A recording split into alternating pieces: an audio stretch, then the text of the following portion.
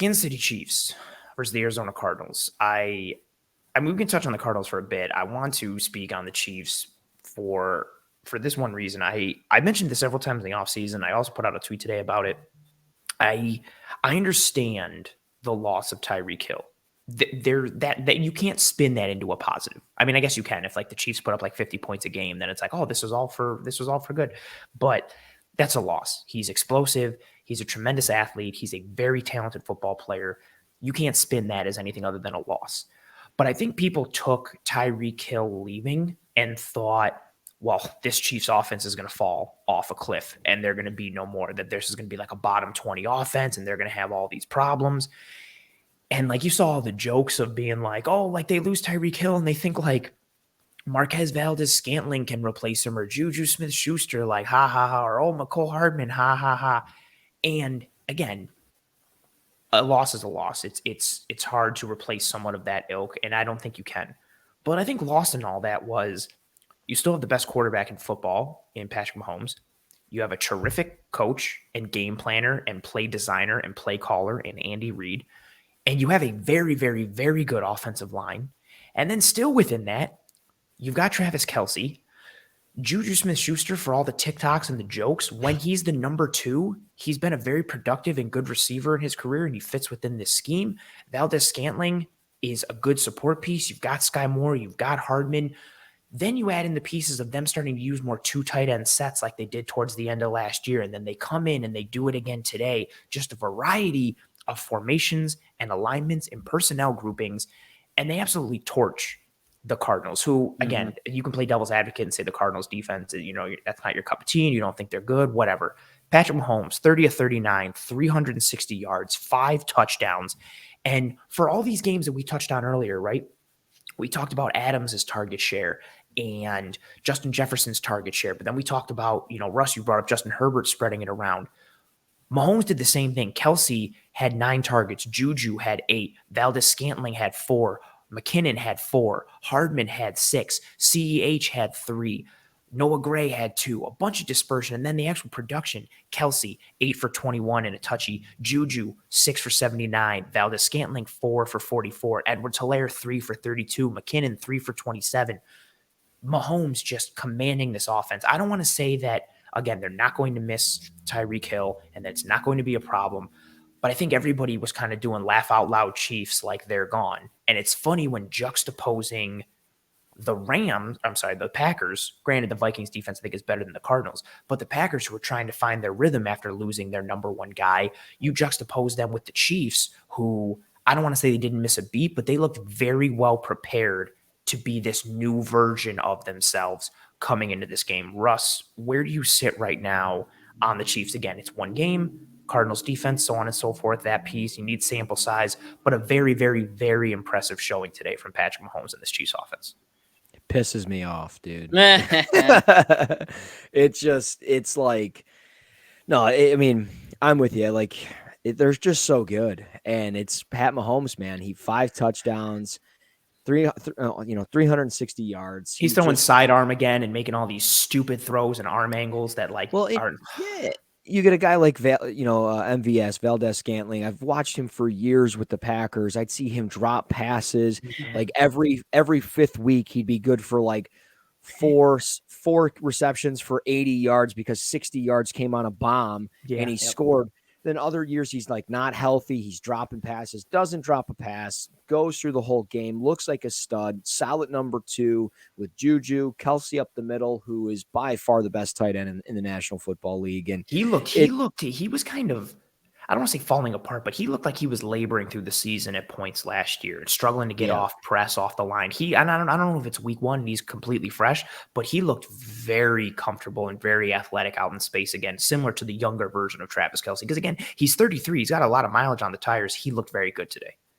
Yeah, well, and then like even a guy like Jerick McKinnon, who like was basically a corpse and suddenly like comes out of nowhere and was it last year or the year before, something like that? He like he just comes out of nowhere off like their practice squad.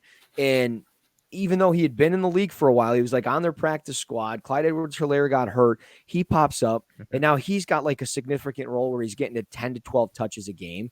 And like that's the thing. Like they've done such a good job with Andy Reid of putting an offense together. They have their guys that are going to obviously ball out. And it seems like Juju and Travis Kelce are going to be the guys that get unlimited amount of targets and touches. But like MVS, he's going to get his 4 or 5 touches a game. McKinnon's going to get his 10 to 12. Edwards-Helaire is going to get his 10 to 12. These guys are going to get their touches, and they're going to do their job, and the best things are going to happen. And I guess, having a quarterback like Pat Mahomes, sure, but Cardinals defense banged up. Their offense, but like their offense looked terrible. Like Marquise Brown was supposed to come over and like be 8-9 reception guy. Greg Dortch is the guy leading the way for him. They couldn't really run the football with any of like the running backs. Like James Conner didn't do much. Kyler Murray really didn't do much for a guy that seemed like last year at any given time he wanted to throw for 300 yards and 3 scores. He could. Yeah. He couldn't. And and the Chiefs defense that seemed to be very vulnerable at times last year, they had it all together today. I mean, Snead has been a great find for them, and Nick Bolton is starting to really turn it on. Yep. I didn't even know they had Carlos Dunlap. Like, nobody told me that before we do this show. I actually didn't know that till now. Yeah, they do. He had a sack. Like, it's just, dude, they've done a phenomenal job. Spagnola's still the coordinator there, right? The D coordinator. Yeah, Steve Spags, cooking things up on third down and just being they're still going to be a problem. They might have a top 5 defense when it's all said and done. I also think too, from someone put it in the chat earlier. MB41 saying the Arizona defensive coordinator should be fired after blitzing Mahomes on 54% of his dropbacks. Arizona's defense is weird. That's also the piece. Like, Mahomes kills the blitz. Nobody blitzes Mahomes. If anything, you want to blitz, you want to rush like 4 or 3, like what the Bengals did. Arizona's defense, their identity is blitz. Like, that is what it's been for the last several years. Who's coming, who's going. That's exactly it. And sometimes it really works, and sometimes it really doesn't. And when you're playing, like, this was one of those games where the matchup just was not right for the Cardinals defense. I think a lot of people were, roasting the Cardinals defense and how bad they are. They have some good pieces. I don't think they're as terrible as this game looked, but it's not a good matchup. Like, they are a blitz-heavy team. They like to bring in a variety of ways. That is their bread and butter on defense. Mahomes and the Chiefs absolutely murk the blitz. Like, it's not a good mixture at all. Kendall, when we're looking at this game for you, from the Chiefs' perspective, you looking at the defense? Are you looking at the offense? I think with Burrow going to the Super Bowl, Josh Allen ascending, Herbert, Russell Wilson, Devontae Adams, all these, there seemed to be like all these storylines in the AFC. And again, I think like the Chiefs kind of took a back seat, and they were like, you had the segments on TV, granted it's national TV and it's black, but a lot of it like, is Mahomes like descending? Are the Chiefs done? Like, are they the 4th best team in their own division? Blah, blah, blah. And they come out and just absolutely murk. I know the final score was 44-21, but it was not that close. Those were garbage time scores for the Cardinals. They roast the Cardinals completely. What are you focused on when you're looking at this Chiefs team? Like, again, another year where they seem poised to make a potential Super Bowl run early on in the year, and they just come out so hot offensively and defensively.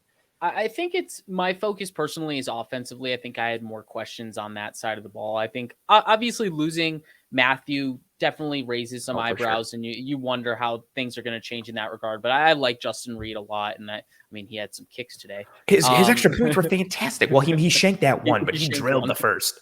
I like Justin Reid though, so I'm not overly concerned about the defense. You talked about Nick Bolton. I think he's come along nicely, more so than that early rundown type of guy that he was pegged to be. They get Karlaftis and McDuffie in the draft. Yeah, exactly. So the defense isn't necessarily like a question for me. The offense was coming into this game. And granted, the things we just mentioned about the Cardinals defense maybe mitigates some of the high praise that the Chiefs should get. But I still think they answered some of those questions. Like, how is usage going to work for the pass catchers? Like, who's going to get target share? All of that stuff. It just seems like that same Chiefs offense, just you kind of dial back who's the focal point. Now you don't have 2 focal points. You have 1, and then everything is getting shared other than that. And I think that's a good way to work when you have a quarterback like Mahomes, and he can operate in that in-between area of robotic, cerebral Herbert and hero Josh Allen. He can live in that middle ground and just kind of operate on both ends of that spectrum. Just an absolute performance. Go ahead. How would you guys rank these three quarterbacks? Justin Herbert, Pat Mahomes, Josh Allen. Oh, I can go first easy. Mahomes, Allen, Herbert. Okay. I mean, think that's what I'd I would go. do. I wouldn't. I think I'd go Herbert, Mahomes, Allen. Whoa! Yeah, I think I would. Spice. I Wait, is really Herbert, like. Time I out. really like Herbert. Backtrack. Kendall, is Justin Herbert your number one quarterback in the NFL? I think he would be. Yeah, I told Whoa. you, youth reigns supreme for me. That's and it's not a bad. That's problem. not bad for. I'm not saying whoa because I'm like that's a terrible take. No, it's I'm just hot, though. surprised. It is hot. It's spicy. I'm I writing this ran on this. timestamp down. I was saying, mark this. Whoa. Look, here's the thing. I think you see a lot of the things with Herbert where you see the cerebral attacking mindset that he has. Yes. He understands how to see the field and attack the field, but he can also do it athletically, off script, all of that stuff. Mahomes, like I just mentioned, lives in that middle ground. Allen's higher end is higher than both of those guys. I just always, and I think this comes from my Billsy nature of just watching the drought and always assuming the worst, but I think Allen's type of play has yet to be shown as sustainable to me. And he's proving it year after year that it is sustainable, but it's still like that type of play is less sustainable than the type of Herbert breaking down and reading defenses. That's why it's kind of a flavor for me, I guess, that I would pick as number one. Man. Yeah. I like the methodical offenses. I don't know why. That's fair. I Teach like their that own. I'm with you there. I can't disagree. Hey, that's Russ, where do you have them though? If you had to rank those three quarterbacks? You didn't give us yours. I'd no, you said not. it was the same as Ant. Same as me, Mahomes, Yeah. Allen, Herbert. Yeah. I just don't think you can put and again, I really like Justin Herbert. And obviously I like Josh Allen. I just don't think you could put anybody above Patrick Mahomes. He just, whether it's like kind of reinventing himself or functioning, we got to go like quick game this week. Cool. Or we're doing underneath throws this week. Cool. Or we're going intermediate. Cool. Or we're doing boots. Cool. Or we're doing straight drop back play action. Cool. Or we're going for explosives. Cool. Oh, I got to do some progressions. Cool. Like, not to mention the off platform throws and changing arm angles. Like, I just don't think there's anything he really can't do. And I think with those three quarterbacks, like they are the only three in the league that can genuinely be this like almost same comparable size, height, weight type of perspective. Yes. They're in a similar mold. For as much as they're similar different, they're in a mold. similar new age quarterback mold. Yeah, but they all kind of excel in like their own type of style. And I don't know. I think the one that would terrify me the most, though, if I was like a defensive coach in the NFL, would be Josh Allen, because I literally think he would be the one that would run down the field and punch my guys in the face. Like, literally, that's the other piece. He literally is. Like if that's where Allen comes for me. Like, there's what he can do on the ground with his legs, whether it's off script or by design. Yeah. Like Herbert's mobile, and so is Mahomes. But Allen is just like a mobile power running quarterback. Like the touchdown where he extended against the Rams, like he literally dunked on Bobby Wagner. He dunked on him. Like he dunked on a defensive player who wasn't like a defensive back. Like he dunked on a large human designed to shut him down. Like there's just like Mahomes can't do that. Herbert can't do that. Now they both can do things that Allen can't. But Allen's dual threat ability is just such a variable. That's why I put him to, as much as I love like Herbert's processing and his ability. Yeah, and it's funny because I think they all have different strengths and they're all weaknesses. strong everywhere. Yes, but they're I think they're in that similar mold. Each of them have different dials that have been turned up in different ways, and it's how they use those dials. And it's a very fun conversation.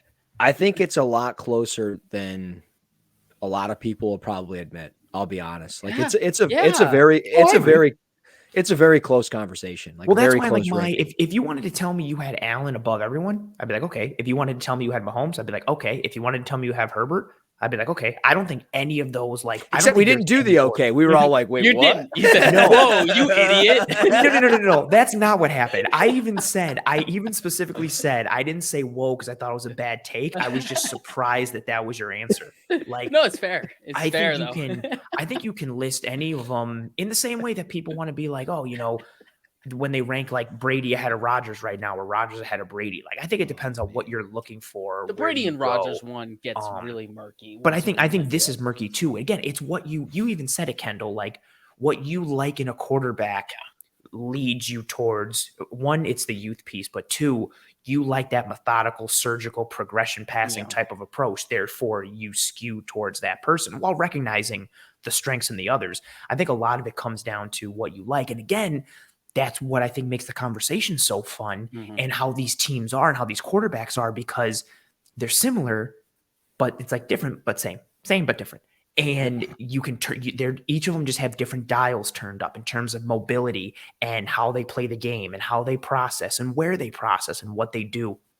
Really fun conversation. Yeah, I wasn't saying whoa. I was because it was bad. I was just surprised that was your. I saw I like how Russ called it back though. Russ was like, "Wait, but we didn't do what you just said we would do." No, we had. I saw the smirk on your face. I was like, "What is Kendall going to say?" And then you were like, "I have Herbert one," and I was just like, "Whoa!" But not whoa because it was bad. Whoa because I was just surprised. But I think it's fair. That's what makes, if you're just a football fan, that's what's so cool about this next crop of quarterbacks. Even there's some people who like Burrow because of his anticipation and his ability to put the ball downfield and what he brings with his intangibles. Like, I have him below those guys, but you can make a case, like a genuine case, for a lot of the young QBs in this league, which is nice, knowing that a lot of the proven guys are kind of, if you're the NFL, they're starting to make their way out and going out to pasture a little bit. The NFL's in good hands. Yeah, you got this new crop coming up. Ooh, very fun. Very